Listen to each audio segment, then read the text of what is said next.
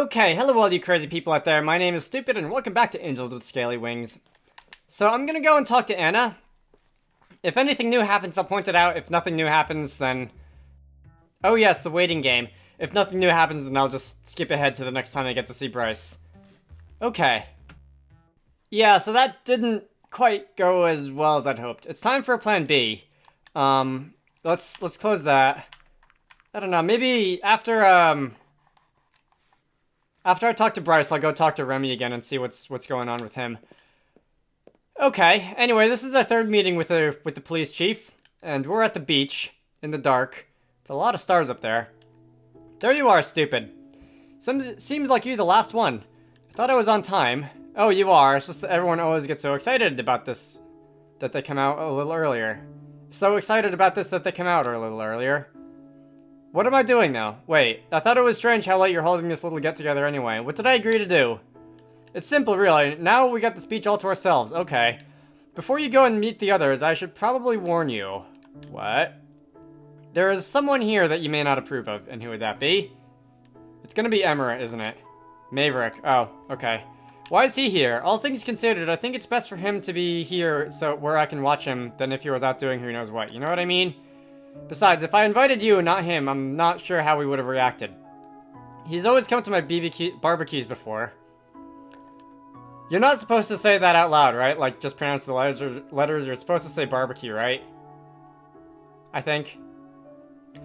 Plus, maybe if I were to talk to him, I can find out what he's up to. Does he know I'm here? Yes, and he assured me that he will keep the peace. Can you do the same? Yeah. Alright. Let's just hope there won't be any incidents. Let's go and meet the others. As we walked a few paces, I saw some familiar faces. Is this like some kind of beach cookout thing? That's what I'm getting from this, because he mentioned barbecue and whatever. Usually there'd be more people here, but with everything that's going on, some of the others at the department couldn't get any time off. Hey everyone, guess who's finally here? That's, yeah, the waiter at the bar. Wait. Oh yeah, at the bar. Okay, the guy at the grocery store was someone else. Hello, Stupid. And Sebastian. Yeah. Sebastian, let me pick the response. Thank you. Maverick. Did Bryce tell you to be nice to me? Alright, well, if he's not gonna start anything, I'm not gonna start anything, so. I don't see a grill or anything here, and where's the firewood? How long have you been in this world again, mister? You see that pile of stone over there? That's our grill. And firewood, well, we don't need that. Okay? So who shall light the fire? I could make my own this time. Very subtle, Sebastian. No need to be subtle about it. Zhang, your fire stunk up the whole area last year, and made everything taste weird. I don't need any explanation on that, thanks. I don't notice the difference. Yeah, because everything tastes the same to you, Maverick.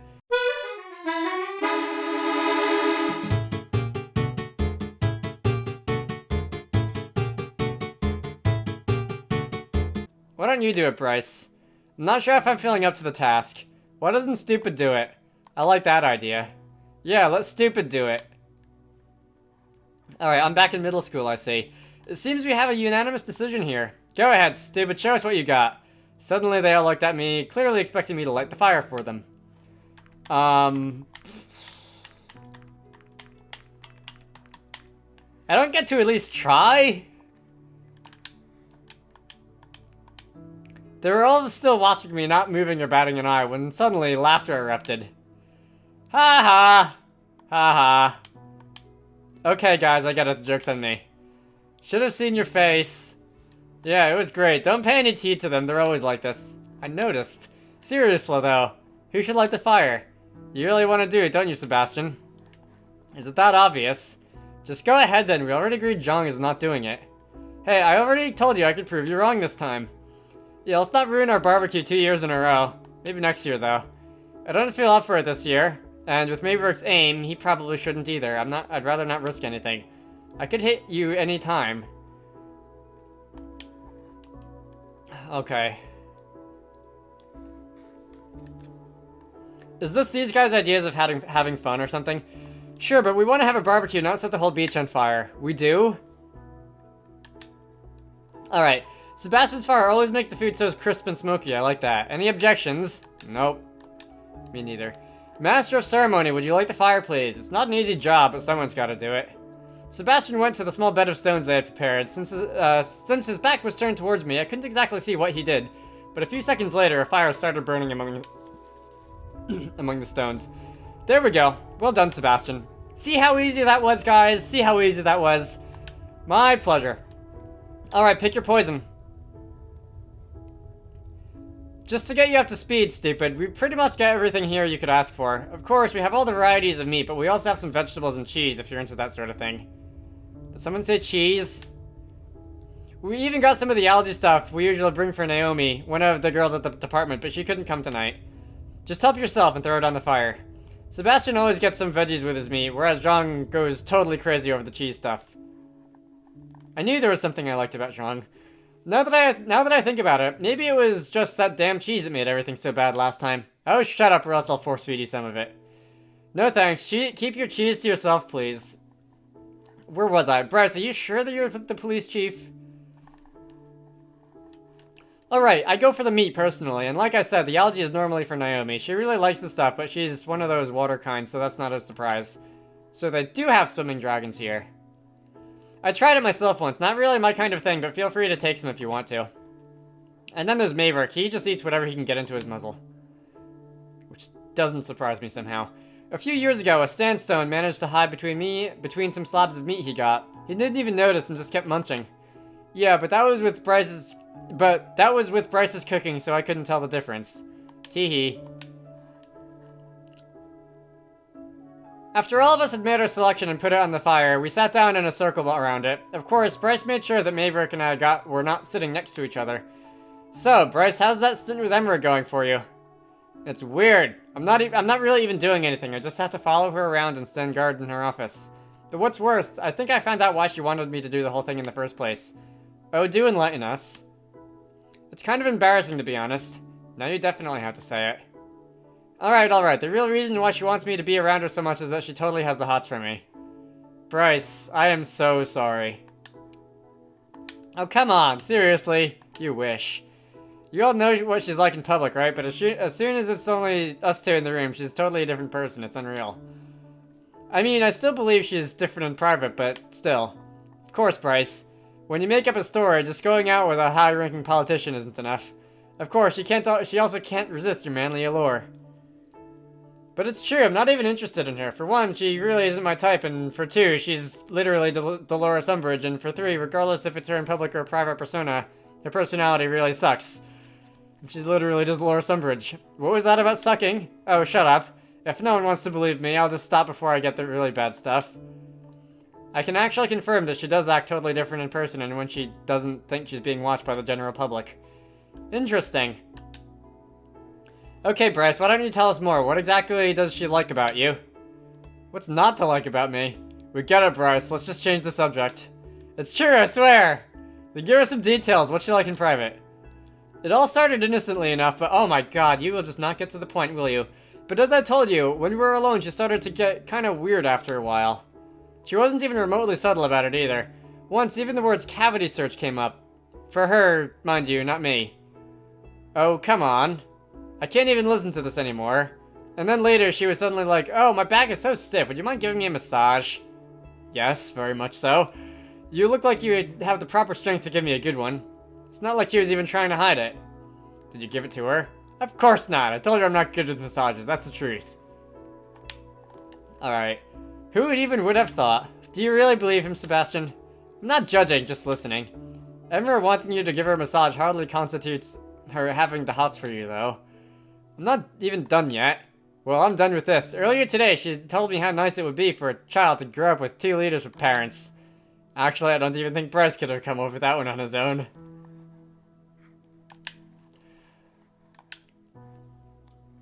There are so many possible video titles that just came out of this last 3 minutes of conversation. Hey, at least you believe me, right? Right, stupid? Oh well. Maybe it's just the alcohol talking. I don't even have anything yet. I didn't even have anything yet. Sure, but with as much as you drink, your blood is, like, at least 10% beer by now. I bet you couldn't even get completely sober anymore. Can confirm. Anyway, what do you think I should do about her? Nothing, because you made up the whole thing in the first place. If I didn't do anything, I'll probably end up having to marry her or something. And at that point, your story would actually be credible. Why don't you just tell her to stop? It's not that easy considering our positions. Even though I'm the chief, there's nothing I can do to prevent her from pulling me off the case and making me into her personal bodyguard. If I tell her off too strongly, she could totally make my professional life a nightmare. And she totally would. I see, so this is a situation that requires careful deliberation and subtlety, not exactly one of your strong suits, Bryce. And I am suddenly reminded a lot of Harvest December, my last visual novel that I read. Maybe this is just a common trope or something. That's why I'm asking you a lot, not that you're much better though. Maybe you should just play along and see what happens, and then, once the time is right, you strike. And strike refers to what exactly? I'm not going to indulge her in any way, shape, or form. This is the kind of situation that's going to cause a huge uproar if I include it in my memoir. Who's going to read your memoir anyway? Well, I know at least one person. Stupid, what do you think I should do? Flee. Flee the country. Go sail the seas and see if you can find another continent. Are you sure? Well, if you string her along, that would be pretty dishonest. And she might even be more angry when she finds out the truth than if you just told her up front. Good point. That makes me kind of curious, though. How does dating work in this world, considering there are so many sentient species around here? Is dating between the different species discouraged? Maybe that's why Emma is so interested. Is there ever any crossbreeding? Sure those questions will go over well in this group. Crossbreeding, that's funny. Well, there isn't any crossbreeding. It doesn't work like that. Besides, I thought you were into biology, so shouldn't you already know where hatchlings come from? Hey, is it too late for me to just stop reading the story and play another game? You're a completely different life form from what I've seen, so I don't want to make any assumptions. There are many interspecies couples, though. And what happens if the couples want to have a child? There are plenty of options, though usually it's either adoption or a child where only one of the parents is biologically related. Emma totally wants my children, though. Don't you want to be a father? Heck no, I'm not ready for that. I wouldn't even know what to do with a hatchling. I'd probably end up breaking its neck by accident or something like that. Man, truer words have never been spoken, have they? By the way, I'm noticing a lot of the characters in the story, and I kind of wanted to bring this up at the beginning of the video, so that I could, like, hear what more people think about this, but regardless, I've noticed a lot of the characters in the story use the same kind of speech habits, and Bryce is the only one I've noticed who doesn't. I've seen him using actual dialect, like right there, probably, or gonna, G-O-N-N-A, or things of that nature. For the most part, you wouldn't expect Anna and Adine and Remy, well, maybe Remy and Anna, but you wouldn't expect people like Anna and Adine and even Sebastian to use similar types of language. But sometimes I feel like they do. And if I had to place a guess, I would probably think that's because that's just the way the author or authors of the story use language conversationally. And my face is suddenly bleeding, which means that either some kind of weird alien's gonna burst out of it in a minute, or that I just cut myself while shaving this morning. Using Harry Potter feels like a too easy example, but that's by far the literature that I've consumed the most of, so I'll go with that. Like, in that story, you can tell Mrs. Weasley from Hermione, from Hagrid, from Dumbledore, from mostly anyone else, just by the way that they talk and the words that they choose and the expressions that they use. And maybe to use an example that's a little closer to this channel, that was the case with some but not all of the characters in Harvest December. You could usually tell when Yuki was talking, even when there wasn't even if it wasn't explicitly said who was saying the line. And certainly some of the other major characters. And my face is actually, like, bleeding now, and I might want to go and, God, that's distracting. Anyway, Bryce is the only character in the story who I really noticed doing that, having a distinct speaking style. So that's interesting. Okay, where were we? Yes, you break its neck by accident. What about you, stupid? What about me? Are you having the hots for someone here, as Bryce would put it? To be honest, I have no idea how that kind of relationship would be viewed where I come from, since we only have one sentient species. I'm not sure what sort of social norms we'd develop if that changed. Technically speaking, you dating one of us is no different than Emma dating Sebastian, for example. Hey, I'm not getting between that beautiful thing Emma and Bryce have going on. If you ask me, you can do whatever you like as long as you're here. Knock yourself out. Actually, Stupid has been hanging around with you a lot, Bryce. The moment of realization. Awkward. So what? Stupid is a cool person in my book, or any of you disagree? Not me. No comment. By the way, I think the food should be ready by now. Good catch. How convenient, right? Okay, slowly everyone shuffled towards the fire, which by now had become nothing more than an eerily glowing pile that illuminated the area. One by one, everyone took their hot food from the stone bed and placed it onto their provided paper plates and bowls. When it was my turn, I hesitated since I could feel the heat radiating from the stones. Something the matter? I think this might be too hot for me to handle. Right, no scales. Let me get you for that. Get that for you. There you go. Thanks. We resumed our positions in a circle around the glowing stones, and I waited for my what? I waited for my meal to cool down while the others started eating. Yep, crisp and smoky. Good job, Sebastian. Don't mention it. Really, it's good. I'm still not sure how you can eat that cheese stuff, Shang. Bryce, we need to have this conversation. Are you going to make fun of my food choices again? To be fair, we make fun of everyone and everything here. I don't mind having cheese. You wouldn't mind eating the whole bed of stones and everything on it as well. At least I try something different every once in a while. I do too. I think there are at least 5 different kinds of meat this time around. Case in point. The food remaining on the stones slowly disappeared as everyone got their additional helpings. Soon, even the last piece was gone and silence started to set in as the banter slowly died down. I think it's time for me to leave. What, already? Hey, the babysitter can only stay for so long. Oh well. Yeah, I should be heading off also. You know, I'm starting early tomorrow. Well, I guess we all got what we came here for. What about you, Maverick? Looks like this part is over anyway. Don't y'all get lost in the dark then. Of course. And until next year, thanks for inviting me, Bryce. I suppose I should be heading off as well. Oh, no you don't. What are you talking about? Well, they all live in the same vicinity, but your apartment is on the other side of town. I'm not letting you go home alone at this hour. Reza has always operated during the night, and he may be waiting for an opportunity like this. What do you want me to do then? You can sleep over at my place. You insist. Damn, now everyone left without cleaning up. At least you're still here to help me. Of course. We started to clean up together, but with the amount of trash left by 5 people, it was clear it would take a while. Hey, you want to know where I got those scars? I bet you're curious. Yeah. Did you have to, like, fight a dragon and rescue a princess? Oh, wait. Guess I was right, you are curious. At least they make me look extra intimidating at my job. No one's going to mess with the big, rugged chief of police.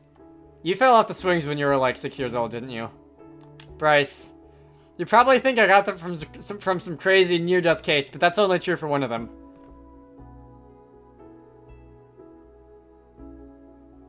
Yeah, he fell off the swings. The other was a completely different story. Back when I was a kid, some of my friends and I always used to play outside and go adventuring together. We could go anywhere as long as it was close to town. Woods, mountains, beaches. We loved to explore every one of them. We got fairly familiar with our surroundings. Then one day, we heard from someone that there was a system of caves nearby. Caves! There was something completely new to us. Of course, we went there as soon as we could. We were all very excited. Is this going to be relevant to the main plot, by the way, or is this just going to be a funny story? It wasn't a big cave system, not big enough to get lost in, but we still had so much fun that day. So much fun, in fact, that I wanted to go back there right away. The next day, I called a few friends, but they had a longer school day than I did. Instead of waiting for them, I decided to go alone. Turns out, going exploring on my own was a little less exciting than doing so with friends, but I still had a pretty good time, and just walking through the entire underground system was quite an experience. Plus, since I was alone, I could take time to explore every last nook and cranny that I wanted to. Maybe that was my mistake. When I was alone in one of the remote corners, the ground suddenly gave way, and I fell about 5 meters into the cave below. Luckily, I didn't get any serious injuries from the fall, but as I looked for another exit, an ominous realization set in. The cave had no entry or exit except for the one that I came in. There were a few holes, but I could never fit through any of them or make them bigger in any way. Even if I could, I didn't know where they'd lead. Bryce. That's like going outside your front door 101 is don't go into a cave alone, come on. In the end, I had to try and climb my way out, on my own. But as you can imagine, I wasn't exactly the best climber in town. Even so, I still got about halfway before I lost my grip and fell down again, cutting my muzzle on the edge of the rock in the process. It bled pretty badly, but at least I needed to put pressure on the wound. I couldn't try to climb out again, however, so I waited.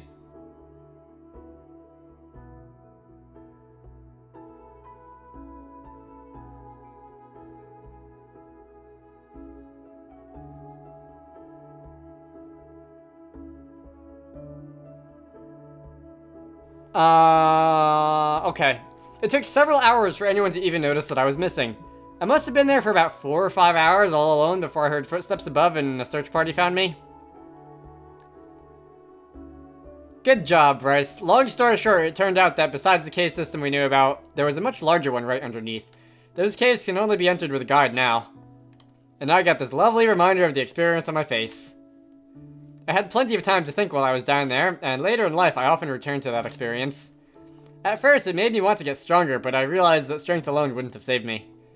Our kind will probably never be able to climb much at all, but I can at least try to better myself. I guess the whole experience can also kinda explains why I'm building those stupid wooden models now. Feeling so helpless while I waited down there, it also made me realize I wanted to help others. Having been saved by police sure did a lot to make me want to follow the same path. Turns out, I was good enough to even become the chief. Guess that's all that trash. Oh, I thought he was talking about the story. He was talking about the stuff on the beach. Guess that's all the trash. Thanks for the help.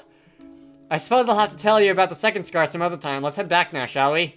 Sure. Okay. Looks like it's already later than I thought. We better head to sleep soon. Alright, he may know something about the map Dean wanted. Don't we already have that? Before I forget, there was something I wanted to ask you about. What is it? It's about the underground building you found. Right, we can't have any visitors there at the moment, or else we'd probably have shown you the place by now. Didn't Sebastian tell you to look at all the stuff we have about it in the archives? He did, but I didn't get around to check it out yet. Maybe you can do that some other time. We really should get some sleep now, though. You can take the couch and I'll just sleep on the floor or something. Don't you have a bed? Oh, this is just a temporary arrangement. I wanted to be closer to work and the new apartment just wasn't ready yet, so I have to stay here for a while. Okay. With all this armor, I barely feel anything, so it doesn't matter where I sleep. What do you mean? The couch is big enough for both of us. Obviously. It is, but I didn't know if you... Well, if you say so.